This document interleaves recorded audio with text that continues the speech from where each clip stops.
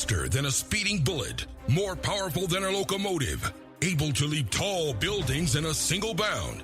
Look, up in the sky, it's a bird brain, it's a plane, it's iWalter.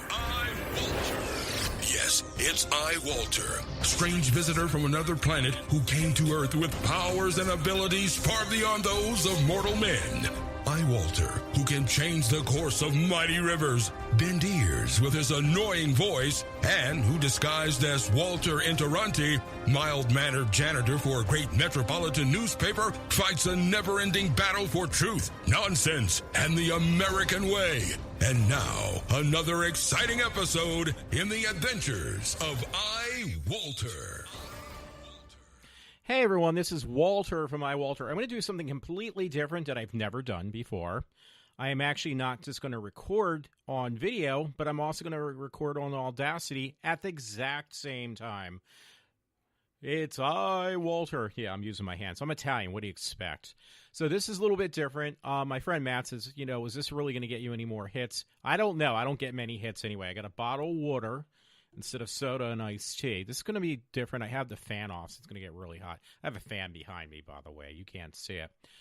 Again, it's something different. I'm trying to experiment. I'm trying to expand my horizons, and I'll, because I was listening to Glen Beck. I actually finally figured out that he does do he puts his radio show on a podcast, which is on those streaming networks. I can't remember the one that I put last. I turned off my phone and everything. It's like, you know what, this is ridiculous. I am not going to use it. It's that one network. I could check. Oh, no, I don't want to screw anything up, actually. It's not that important. But there's that one streaming audio thing that's been around for years. I don't even know if I have it on my desktop. But it was perfect because they have Glen Beck. I have iHeart. It's not iHeart. It's another one. I was just seeing if I have it on my desktop. I don't. And yeah, just to be safe, I turned off my cell phone and my iWatch, because if one doesn't pick up, the other one does, and I don't like that at all. Anyway, I wanted to call this show tonight, Fake Rape, because it seems like that's the big thing now. Now, I'm not downplaying. There is women and probably men who have been sexually assaulted, and it is a very serious crime. It should be addressed. But I just have to bring this up because the traffic, like yesterday, was extremely bad because I was going to different interviews, and it was really, really bad. I mean, at noontime, I had to head out to go down to Horsham to my first interview. Let me see, I got the cards here. And the first interview was for this place called Aerotech. I'm going to see if I can hold it up at my camcorder. So, and then my second one was called People Share, and that one was the second one for the day. And for those viewers who are going to see this, you're going to see that on a couple of my media sites, and you can let me know. So it was really cool. This is my little angel here, my little nun. I decided to use her. You can't see it on the radio, but you can't hear it on the radio, but you can see it on my when I kind of conglomerate this thing. So there's going to be some dead spots, by the way. And I'll work at that. I'll edit it together later on, because I got some segments from Glen Beck. Like I said, he had some host on today. He got really sick, too. He's actually touring for a new book he put out. Closest he's going to be coming in Pennsylvania is Hershey, Pennsylvania. I don't know how far it is. I was going to ask my friend Matt, hey, dude, would you want to go to that? I know I don't have a lot of money, but the tickets aren't that expensive.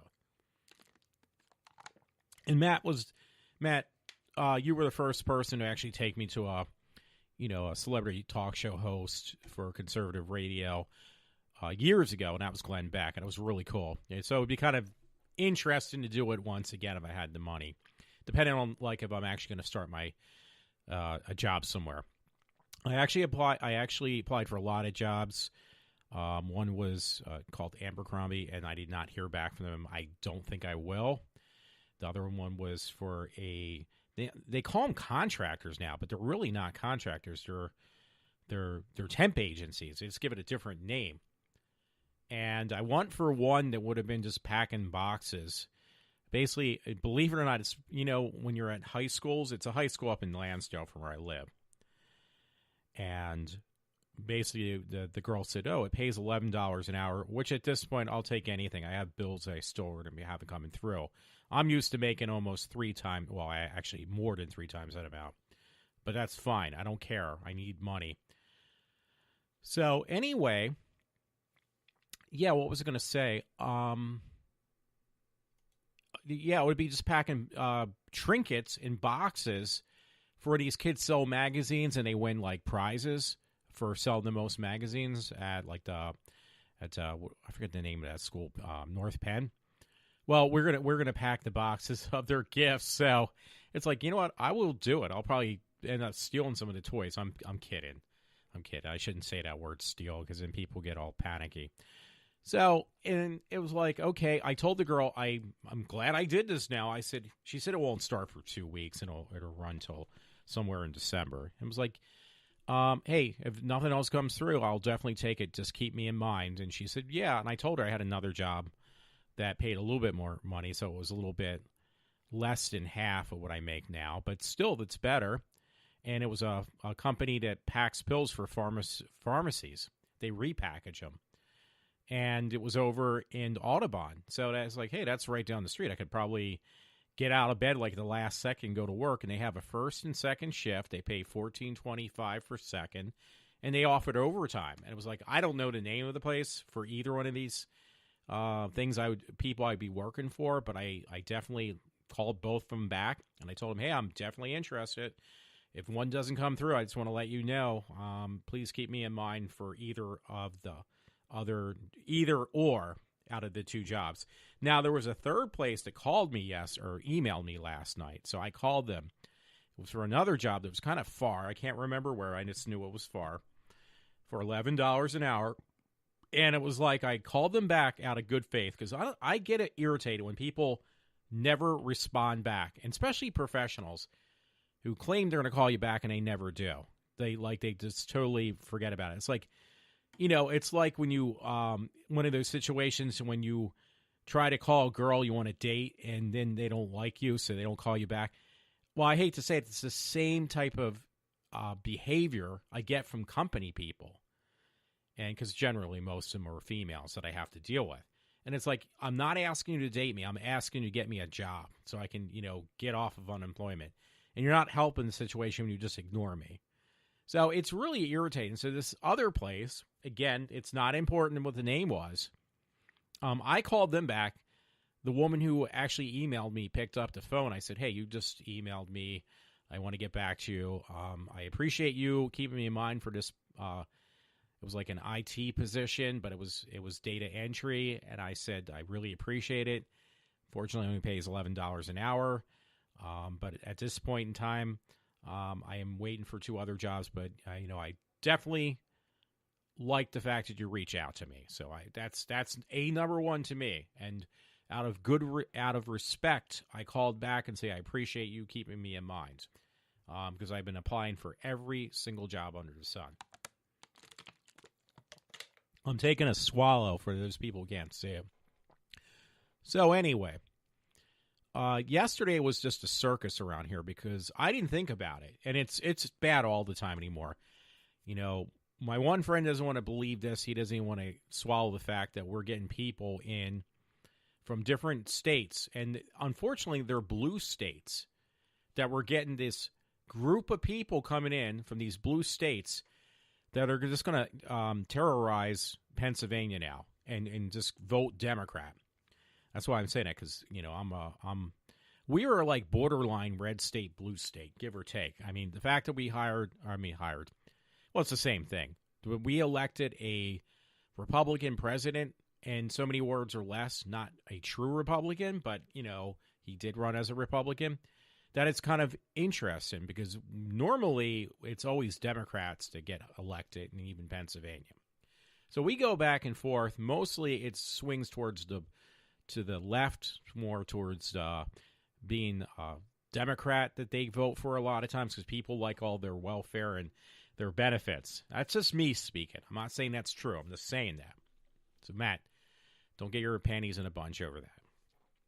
So anyway, anymore, about 60% of the driver's license around here parked in the houses around here, because I've actually taken, on my cell phone, I've taken a photo of the amount of cars I see with Jersey, New York, California now. Somebody actually bought a house from California around here. That's another major blue state, by the way. Texas, the people that were more not as conservative, because I would think Texas is a more conservative state, but those who are not conservative are now fleeing their state and they're coming this way. They're going east, young man. And it's really scary because these people, and actually I heard something today on the radio. I can't remember. It was 580, I believe I was listening to. I actually waffled around. Well, I went around today. I actually listened to Glen Beck's podcast for change instead of Rush Limbaugh at 12 noon till 3 for a little bit while I was getting ready. So anyway, it's more people coming in from other states is one thing I wanted to say, or I was saying. But I don't know, but you know what? I just lost my train of thought. I can't believe I did that. It's no shock for me. But yeah, it's really, really so many words or less. It's very irritating. And I apologize. I don't know what happened to me. I just lost my train of thought. I know what I really wanted to do my podcast on. Let me say that first. I wanted to talk about a little bit, not directly about. It was about Bill Cosby, Bill Cosby, because he's in the jail around where I lived. He had his trial in Norristown, and he's in jail. I thought it was in Eagleville, but now they're saying it was somewhere else. I thought somewhere in Montgomery County. So it's like a jump, hop, and skip away from where I live. Now, a friend was saying this as a joke real quick, because I did forget my train of thought. I apologize. But a friend said, you should go in, do a podcast with Bill Cosby in the prison. I was like, you know what? That's actually not a bad idea. I said, if you were around here, I would have gotten you to go with me, and I would have actually had the balls to probably ask him, hey, do you mind if I do a podcast with Bill Cosby? Now, most people would say, you're fucking insane. Why would you want to do with something like that with that guy? Because the guy's a pervert, blah, blah, blah, blah, blah. And it's like, you know what? I hear this stuff, but I just have a hard time swallowing it. That's all I have to, I'm going to start off saying. And I actually wrote in a private chat room between me and a friend and his brother how this really kind of, I have to take the devil's advocate. And all they did was, and I sent it to another friend, a coworker I work with at Merck, and I said to him, I said, you know what? Can you just look at this text that I put? Because the response back from these two guys were, in my opinion, very childish, and something to expect from little kids sending picture, gift, text, just basically reaming me and making me look like an ass. And it's like I take a big offense to that. I took a very serious offense to that. It's like I'm trying to be diplomatic and be professional about this, and to look at it from a different perspective than what the news has been plastering on Bill Cosby. I don't know the man, and I'm sure nobody else really knows him. They just know that you should be attacking him left and right. That's about all I see. Okay, so I must have made some typos, grammar errors, whatever, but I can try to read through and make people suffer through what I wrote. I was hoping to make it bigger, but it's not working. So I have it up, this text. I wanted to point this out. So I should just move on, moveon.org, but I should move on for what I forgot, because I thought by this point I would remember. So I have a couple stories, let me put some stuff in this mix. Let me make some interesting comments here and there. But again, the main focus for me doing a podcast tonight, and I'm going to try to keep it within the hour range at the most, not the least. If I can make it less than an hour, that's perfect. But I just want to make the point with Bill Cosby. And why this came up, I'm going to go back to this, because maybe this is where I forgot my train of thought left. Is I was listening to Glen Beck. He had some author on today for a book. Really smart lady. And I know I would forget her name. So guess what? I had made a sound clip where Glen Beck announces his host. And then there was one key part that I wanted to hear. It's like, wanted everyone to hear. It was like 7 minutes long on the Glen Beck show. And it was funny because you could tell him getting sick, and he got so sick that they actually had to send him home. But right before that, his voice was perfect, and it was on today's show. And I think it was the third hour that he started going south on his getting very sick. So anyway, I want to play that. But, yeah, when I heard, and she was talking about the thing with Kavanaugh. I can't say that name properly. See, this is why I try to take clip-ins when I can. And it was like, wow, this is really getting to me now. When you're hearing about Judge, he's not yet. He's going to go for Supreme Court judge, or to become a Supreme Court judge, this Kavanaugh. And you hear all these nonsense accusations about him, and so far, all of them have been proven wrong. Now, I don't know Bill Cosby from a hill of beans. I just know him as an entertainer. So let me go back to that real quick. And why I wanted to mention this, and why I'm kind of questioning, there's just like way too many women. Now, if you, like, somebody made a really good accusation, and it was a friend from work, and he answered it, and I said, dude, this is what I'm looking for. Like a very intelligent answer, not sending me childish posts or pics or what do you call it, gifts, just insulting me, making me feel like I'm an idiot. And that was like very disrespectful. I was actually really shocked. So I'm just saying I was very disappointed in the two people who did this to me. I felt very offended.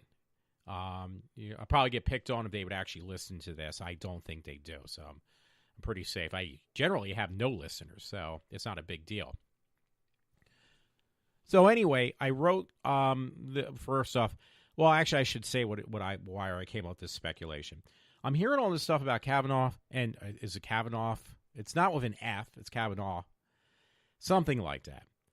I'm seeing all this stuff about him, all these false accusations, and I hear about all these rape allegations for the last couple years, and it's always coming from the left, where a woman comes out and says, oh yeah, these lacrosse kids had raped me, and it was found to be bogus. Then there was an article somewhere in this mix, I wish I could find it now, where a woman gets actually arrested now. Oh, here we go. God, I pulled it right up. Woman who made false rape claim sentenced to prison. So, and that was in the New York Post. Yeah, I got it right, actually, for a change. That's a weird thing for me. And it's like, this is like becoming a normal thing for women. And why it bothers me, I told this one friend, I was in a situation where I was groped by a woman, and, I had sexual advancements. Not what I look like now, but years ago. And apparently that was okay. That's fine. It was okay. And, you don't hear anything about it because, what are you? Are you a sissy? So what if a girl grabs you or something? Now, if a girl makes an accusation that you grabbed her, trust me, you're going to go to jail if you're a male. That's just a fact. And I've been on this. I told the friend from work, I said, I've been on the send in and receiving line. So I'm sick and tired of these accusations that are false. I really am sick of it. And it just seems to be more and more of them. So, and there was the one with the lacrosse team. I think the one sound clip I'm going to play tonight is going to have that on there. So, just let you know. So, anyway, I'm going to figure out later how I'm going to edit this audio or video part. If the audio is no problem. So, that one with the woman who was sentenced to jail now, it says the 19-year-old Long Island woman was who filed, I apologize about that, filed a bogus rape complaint against two Sacred Heart University football players, was sentenced Thursday to a year behind bars and got a tongue lashing from the judge.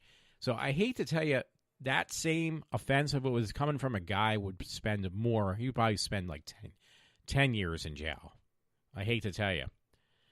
But yeah, she made up a false complaint that she was raped by 2 football players, and it came out that she was lying about it. She was lying, just made the whole thing up. And I remember years ago watching like some of these reality, what do you call it? These segments on true life situations, and there was some woman, she was afraid to, I forget what the whole thing was, but she accused some guy who didn't even know her. This was on some show years ago. Accused her of raping her. So the guy spent almost 30 years, I think it was, 20 or 30 years behind bars. And then for some reason, she got a guilt complex. And she said, oh, yeah, I just made the whole thing up. This guy never even touched me. So the guy was so happy to get out of jail. But 3/4 of his life was over at that point. I mean, this woman lied and had him placed behind bars. They never even did a true investigation of allow this to happen. No DNA, test. Generally, if a woman cries rape and she was sexually assaulted, what's the first thing they're going to do? They're going to look for markings on her body. They're going to look for any type of, I hate to say this, but sperm that might have been ejaculated into her vagina. But no, none of this stuff. So the guy this was before all this forensics testing, I think, too. But the bottom line is, she had some guy who was completely innocent spend almost 3/4 of his life behind bars. So how's that cool? How's that? Well, there's nothing you can do about it. That is very scary. And I don't know why I'm the only one who actually sees where this is going with these people who make these false accusations. And going back to where I wanted to start with, what I wanted to do the show about mainly, which was Bill Cosby. I grew up with that man. I didn't watch his Cosby Show, but I'm just saying I grew up knowing the man. When I was a little kid, I used to watch all these different cartoons. I hate to say it. I did watch, nothing wrong with it, but I did watch Fat Albert. And at the time, it was I never thought twice about it. It was funny. It was entertaining. Everybody knew and loved Bill Cosby for years. And then he did all those Jell-O pudding pop commercials, Jell-O pudding commercials. He made probably a fortune off of those. Then he had the Cosby Show for I don't know how long. It just seems like it was on forever. And you saw, his family on TV, his family TV, whatever, for years grow up and whatever happened, because I never really watched the show. But people loved that show. And the Cosby Show was the coolest thing because it was very successful. Everybody loved Cosby. Not liked him, they loved him. And then there was also the situation where there was, oh, yes, okay, I remember what I was going to say. The situation where he would, every year, I think for, I would say probably decades, that Cosby was the biggest celebrity that Temple, kind of pushed. He was in all the commercials. He did all the graduations every year for Temple University in Philadelphia. Again, another thing people loved Cosby for. So, that being said, it was this man was on a pedestal for years. And I just kind of have to bite my tongue. Now, with that, Harvey Weinstein, that's what the one friend wrote. He said, I believe Weinstein was guilty as hell. And it's yes. And he kind of, he said pretty much that he also believes that Bill Cosby is guilty. But I'm telling you, dude, when people put their mind to it, or I should say the media and the public and a group of women get together, I hate to say this again, a group of women get together from the left, and they have their mind to destroy somebody's life, they're going to do it. And that's exactly what they did to Bill Cosby. The man is basically, he's probably been retired for years. And out of nowhere, these women come out making these accusations. Now, I don't know, but nobody else knows either. So I wrote to so-and-so in a private text in a private chat room on Facebook. blank for the name. I appreciate you responding back, and I respect it because they felt that Weinstein was guilty. Now, this is a different friend, by the way, not the friend I'd spoken to on a private text today. But I said to him, I respect your answer that both you feel that Weinstein and Cosby are guilty. But what I wrote back again, I'm going to start without his name. I appreciate you responding back, and I respect it. Weinstein, I won't argue with you about it at all. That's what I wrote. I'm trying to paraphrase what I said. That guy is a real piece of work. This is what I wrote again. But I said, Cosby, I just questioned lately every male in arm's length is under suspicion who is financially wealthy, which, let's face it, Cosby's probably got more money than he knows what to do with. So, excuse me, I basically placed it down. I said, it seems like a witch, excuse me, it seems like a witch hunt from the accusations which consider, it's like fake news to me. Excuse me, let me clear my throat.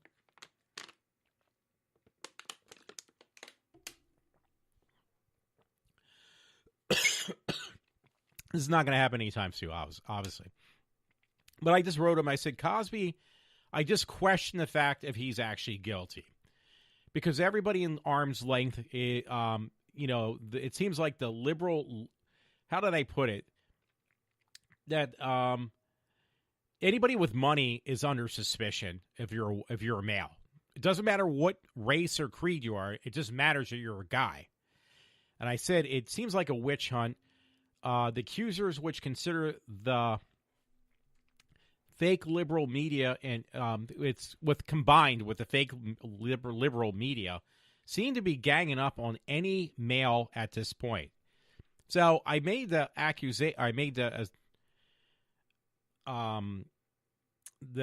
question and argument that this reminds me about when they had the Salem witch trials, because I looked it up. That was like the turn of the century, practically. There were people still, well, not with the Salem witch trials, but they were, singling out people. So, because I don't want to read this whole damn thing that I wrote last night.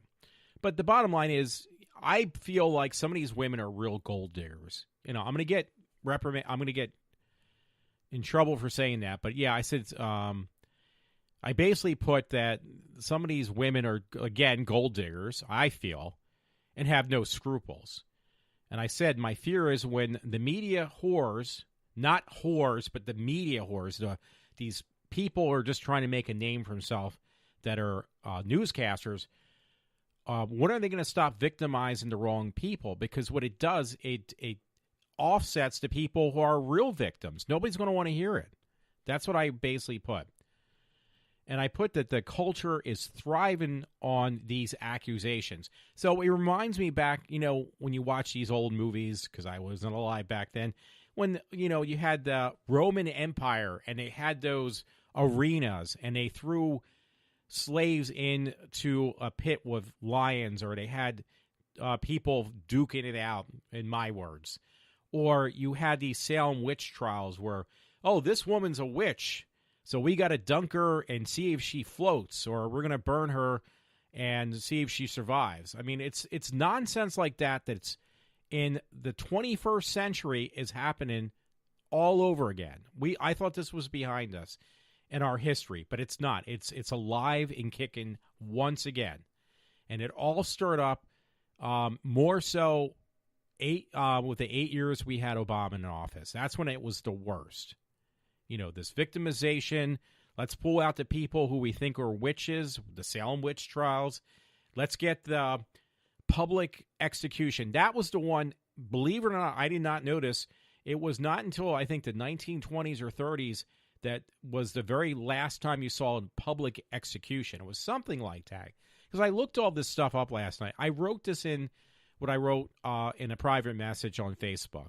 And all I got in return was all this nonsense, no words, just these stupid GIFs and stupid pictures that were just very degrading. I mean, they were horrible. And I was like, am I talking to a 4-year-old or a 50-year-old? Because I can't tell at this point. So I'm trying to see if there's anything else worth like looking at in here. Because I wrote it. There was a couple little bit of grammatical errors. That is Walter. It's always going to be that way. Well, you should proofread. I do proofread, and I still have problems. But yeah, they are kind of singling out wealthy men. You had, yes, Weinstein was guilty. You had Bill Cosby. You have most of these people that were anchors that they're turning against themselves, that are turning the anchors and throwing them under the bus. And then you have Trump, and then you have Kavanaugh. And I mean, it's like endless with the public witch hunt for every man just to basically cut off his penis, it seems like. Oh my God, this man's he's a serial rapist. We need to put him, might as well just put him in on a stake and burn him alive or something, because that's what it's turning into. Again, the Salem trials. Okay, my last thing I wrote is on this thing. It was like a paragraph. I love seeing justice being served, and there is tons of corruption where there's money and power, but meaning that, hey, if these people are guilty, yes, they should be punished for it. But the way it's being corrected seems, these issues seems awfully scary and barbaric. That was my last word. I used the word barbaric because exactly what it is. It's barbaric. You're going after everyone now, and it doesn't matter who it is. You just have to be a male.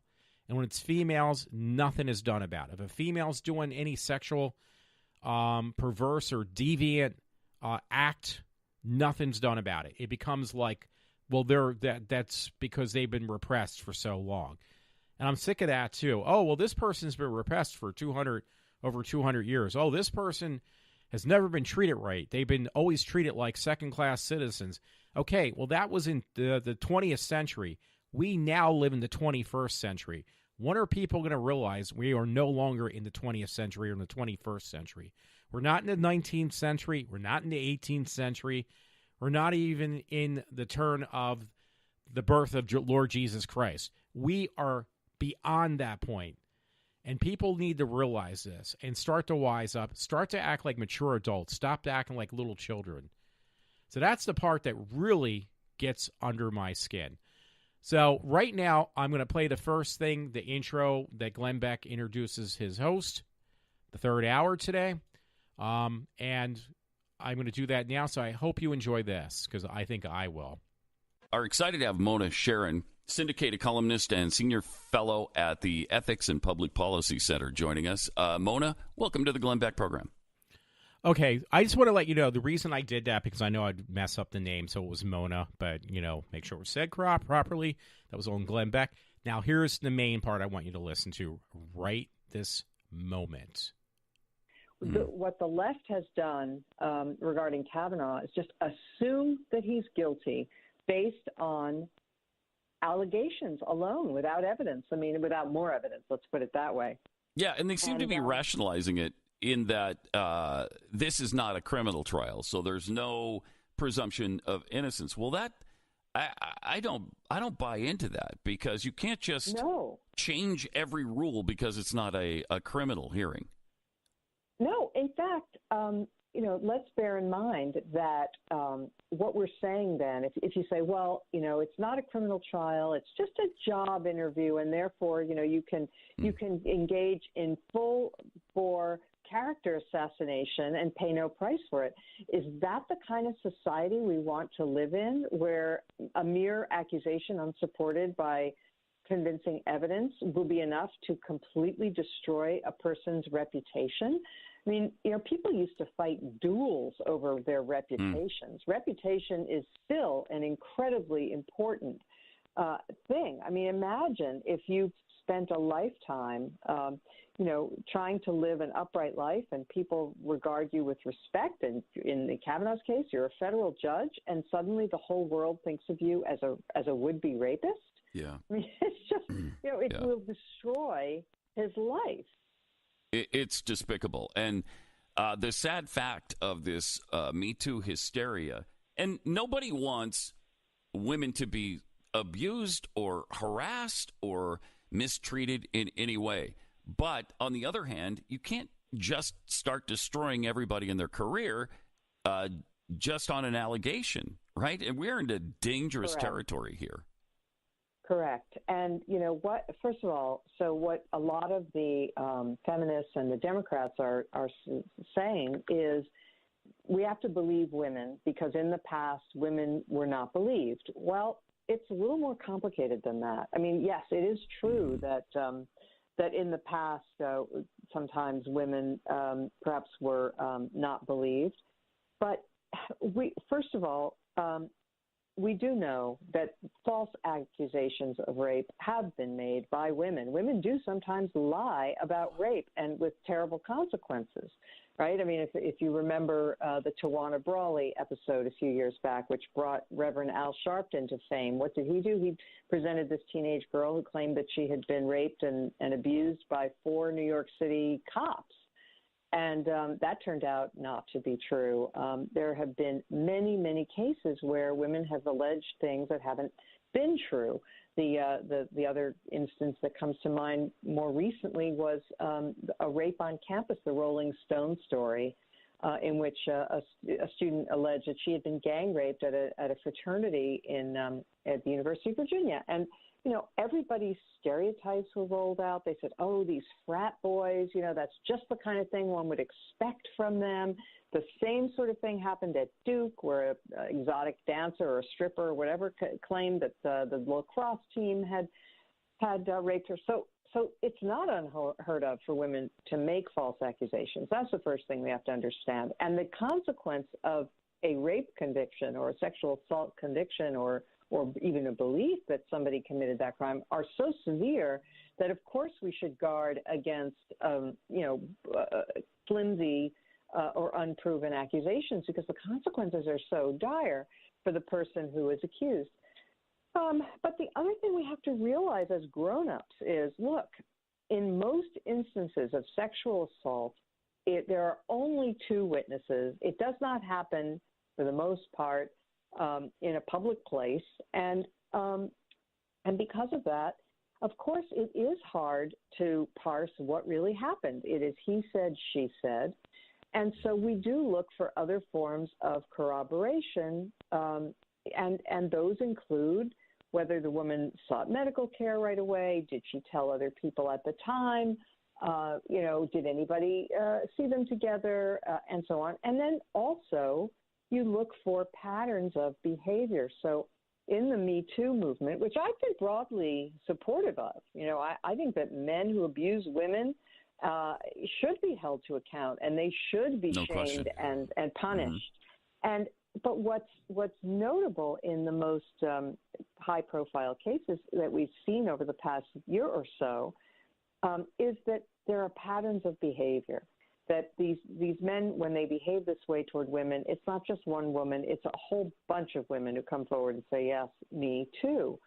And so now this movement, unfortunately, which was really, I think, a beneficial thing for our society, is being transformed into a partisan cudgel to go after Kavanaugh, and these supportive statements are just, they don't pass the minimal standards of of evidentiary trustworthiness. So, for example, the story that the New Yorker ran, which I think is a disgrace to journalism.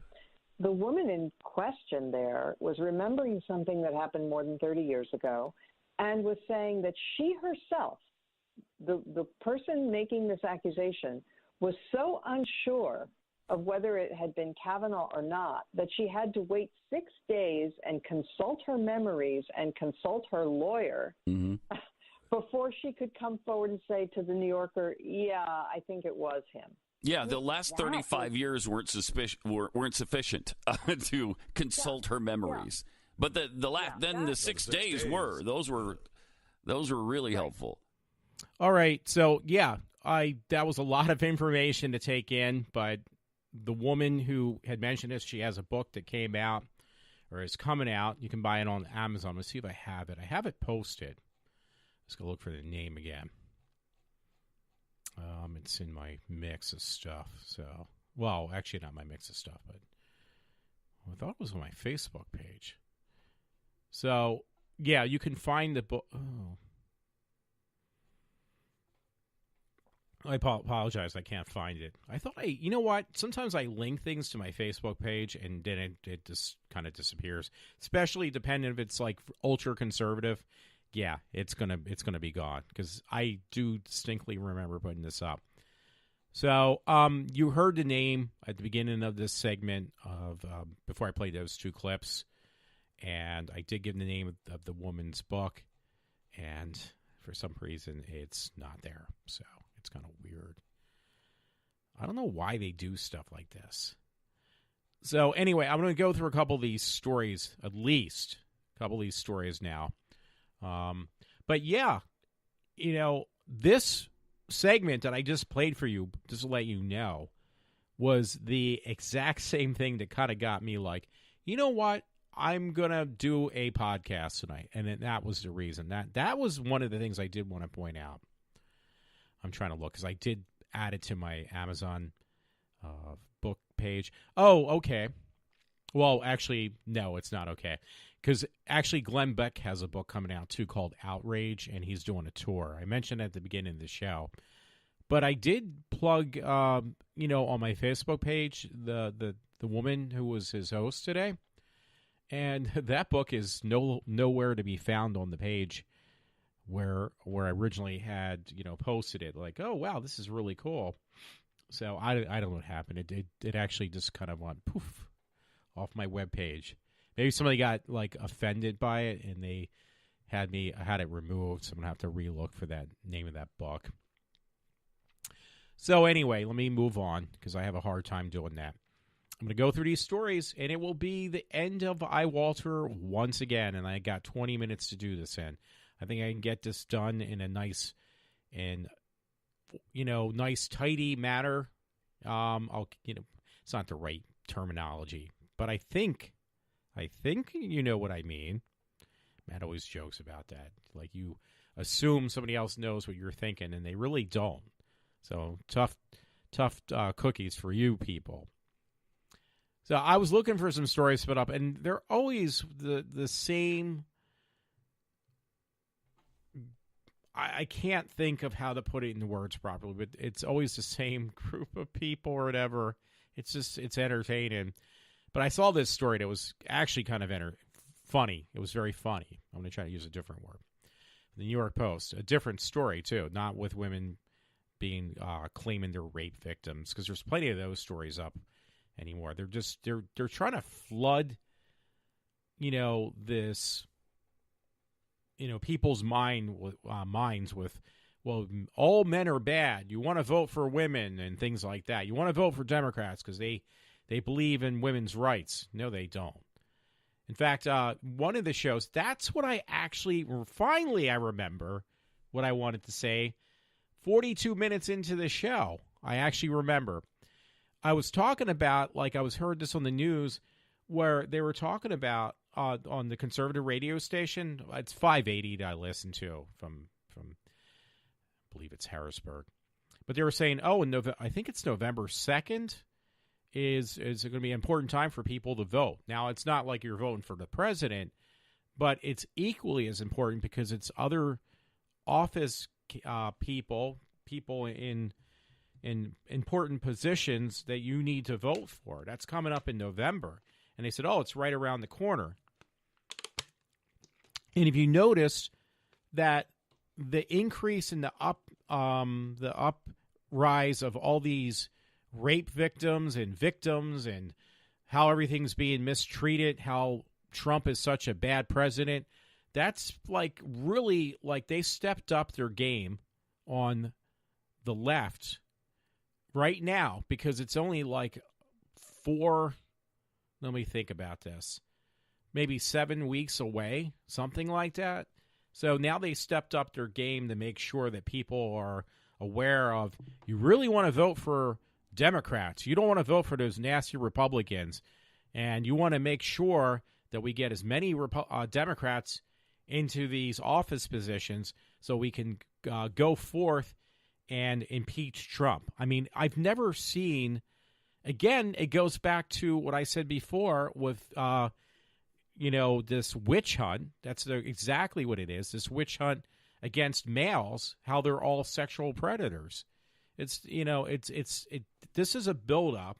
They're trying to get a case that people will believe. They're trying to brainwash people that are not very up on the news or what's going on in our politics in this country, and making them believe that, oh, you need to vote Democrat because we're going to change everything. We're going to get rid of this nasty Trump that everybody hates, which is not true. But that small select few group of people who are pushing this agenda that Trump is the worst president ever, they're actually pretty successful at it so far because it hasn't stopped. They haven't stopped complaining. They haven't shut up yet. So anyway, this New York Post story. Suspect, now get this, suspect busted with fake $100 bills between, I'm not even joking, between his butt cheeks. So Robert Mitchell, 29, was stopped by police Monday in Nashville, where he was allegedly speeding and initially refused to slow down. It says WSMV reports. And they found $100 bills basically shoved up his butt. So that's very entertaining. So it was like, okay, that's his bond. They said they held him in custody for $7,500, but $100 bills shoved up his. Okay, I'm just going to say it. Shoved up his ass. God, this is great.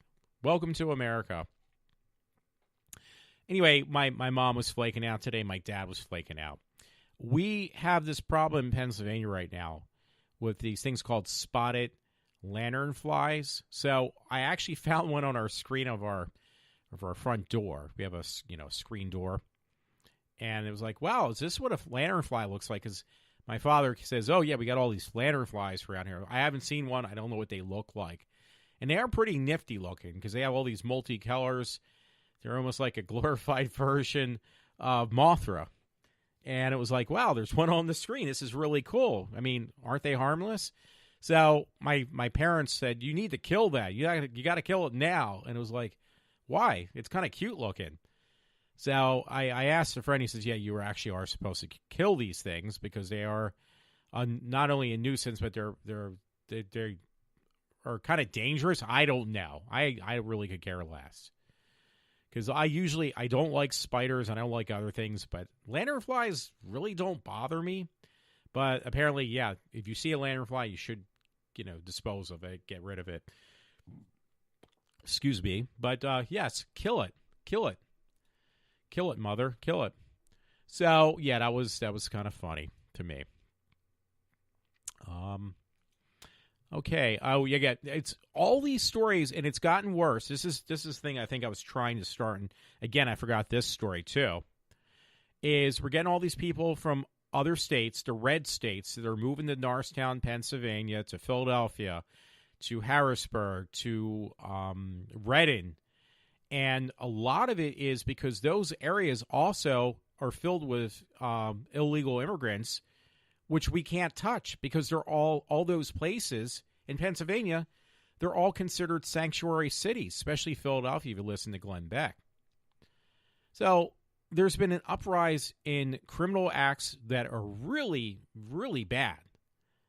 And it's just like it's getting worse and worse. I mean, it's as though I really feel like when I pull out of my driveway that I'm driving in New York City, which I hadn't done that in at least 30 years. But New York is moving into Pennsylvania, and it's moving into Norristown and Philadelphia and these other areas. And they drive. I had somebody in a Mini Cooper yesterday. It was a kid on a single lane, double yellow lines behind me, and I wasn't going fast enough. He was trying to pass me in a Mini Cooper at high speeds. It's like, you're not going to do it. I actually was down, if you're familiar, folks, with the area, those that are, it was down in Audubon. It was like right around the Audubon Bird Sanctuary. That stretch of road, the guy was trying to pass me on a single lane, and he was driving recklessly. I had a couple young kids like that. It was ridiculous. And it's gotten far worse. And again, I would say about 60% of the plates around here are all from Jersey and New York, mainly. Now California and Texas and Connecticut and Delaware. Now, the problem is they're moving to this area. They're not just visiting. They're moving to this area. And it's not just because we have the biggest mall in the world. Trust me, it's more than that, or in the country at least. It's a lot more than that. And I see a lot of these stories about somebody got killed. I'll read that in a second. And some other really violent acts, which I never heard of before. Now, all of a sudden, it's like every single day, almost every minute. So anyway, this Norristown Patch story says, 5 in criminal organization busted for armed robberies, Monco DA. Break-in, a dangerous group of criminals are behind armed robberies and attempt of kidnapping at the same local car dealership the DA had mentioned. So, and this was in Norristown, by the way, because it was a Norristown story. Doesn't really specify. It says something about an El Camino Motors. So, yeah, I mean, it's just, and they have a mugshot of 1, 2, 3, 4, 5, 6, 7 people, one being a woman, behind armed robberies that had taken place in Norristown out of a car dealership. That is really scary. I'm sorry. It is extremely scary. Let me see if I can find the one with the person who got shot. And I apologize again. I know I'm constantly apologizing about not being able to find the right resources. I thought it's one of these things you think you have everything up that you need for the night and you don't. And I only got 7 minutes left. Oh, God, I made an hour show. I can't believe it. Another Norristown Patch story just happened on Sunday. Arrest made in Norristown teen's murder. 18-year-old has been arrested for the murder of a Norristown teen last weekend. I thought it was actually this past Sunday. This is last weekend. I didn't realize that. So anyway, yeah, so it says Andre Marcus Johnson, 18, of Philadelphia, faces murder, robbery, and related charges in connection with the killing of a 19-year-old Desmond Johnson, authorities had mentioned. And this happened in Norristown, too, by the way. This had happened on Saturday night. I guess I didn't post that story, but I did have a story, I'm not joking, that somebody had gotten stabbed to death. Oh, here we go. I do have it up. And this was in the Norristown Patch. This is the one I was thinking of. The other one's really bad. Don't get me wrong. And there's another story, actually, there's another one on teen violence and murders, all in Norristown again. And this is within a time span of less than a few days or like a week. A victim stabbed to death in Norristown over the weekend. This one happened on Sunday of this past Sunday. A victim was stabbed to death in Norristown over the weekend. Authorities confirmed, and investigations underway. Now, before they gave the name of the street, okay, here it is. I see it now.